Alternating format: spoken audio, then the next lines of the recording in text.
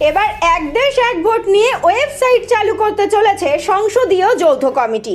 মোদি চাইছেন এক দেশ এক ভোট নীতি, কিন্তু বিরোধীদের দাবি পশ্চিমবঙ্গে নির্বাচনে যে হিংসাত্মক ঘটনা ঘটে তাতে এক দেশ এক ভোট কখনোই কার্যকর হতে পারে না। মূলত এক দেশ এক ভোট নীতির উদ্দেশ্য হলো দেশে লোকসভা এবং বিধানসভা নির্বাচন একই সময়ে সম্পন্ন করা এবং এই নির্বাচনের 100 দিনের মধ্যেই সম্পন্ন হবে পৌরসভা ও পঞ্চায়েত নির্বাচন, যা অর্থ ও সময়ের অপচয় কমাতে সাহায্য করবে বলেই মনে করা হয়। কখনো সংখ্যাগরিষ্ঠতার অভাবে যদি বিধানসভা বা লোকসভা ভেঙে যায়, তাহলে শুধুমাত্র মেয়াদের বাকি সময়টুকুর জন্যই লোকসভা বা বিধানসভা উপনির্বাচন হবে। গত ডিসেম্বরে লোকসভায় কেন্দ্রীয় আইনমন্ত্রী অর্জুন রাম মেঘওয়াল এক দেশ এক ভোট সংক্রান্ত দুটি বিল পেশ করে। সংবিধানের 129 সংশোধনী বিল 2024 এবং কেন্দ্রশাসিত অঞ্চল সংশোধনী বিল 2024। 129 সংশোধনী বিলের মাধ্যমে সারা দেশে একসঙ্গে ভোট করাতে পারবে ভারত সরকার, কিন্তু এই বিল পাশেও বিরোধী দলগুলোর বিরোধিতা ছিল অব্যাহত।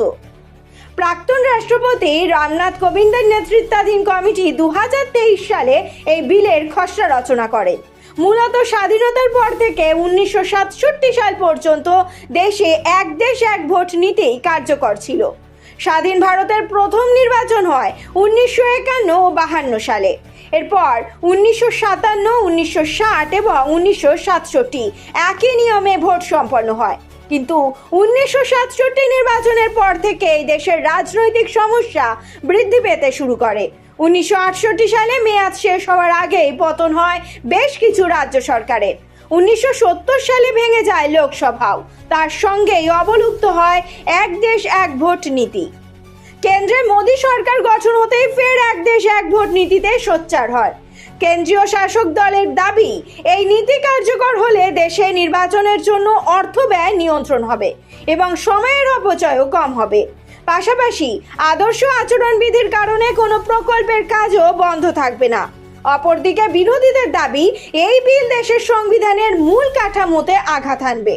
একই সঙ্গে বিরোধীরা মনে করছেন, এই নীতি কার্যকর করে কেন্দ্র সরকার আসলে সাধারণ মানুষের ভোট দেওয়ার অধিকার কেড়ে নিতে চাইছে এবং একতন্ত্র কায়েম করতে চাইছে। সংসদীয় নিয়ম অনুযায়ী কোনো বিল নিয়ে বিতর্কের আগে ভোটাভুটি করতে হয়।